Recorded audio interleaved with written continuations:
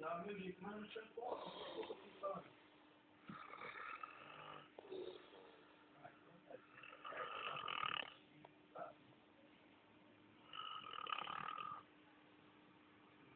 Yeah, thank you.